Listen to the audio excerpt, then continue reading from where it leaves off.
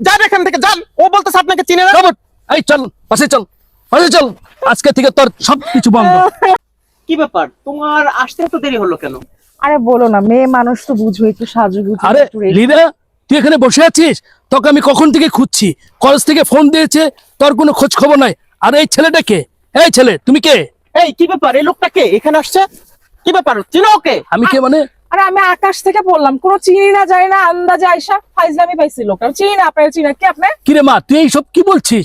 আর এই বকাটে ছেলেটা কে? এই কাকে বোকাটে বলছেন? আর আপনি বা কে? কোত্থেকে আসছেন আপনি? এই চুপ থাকো। কে তুমি? তোমার কে? বাবার নাম কি? কে তুমি মানে?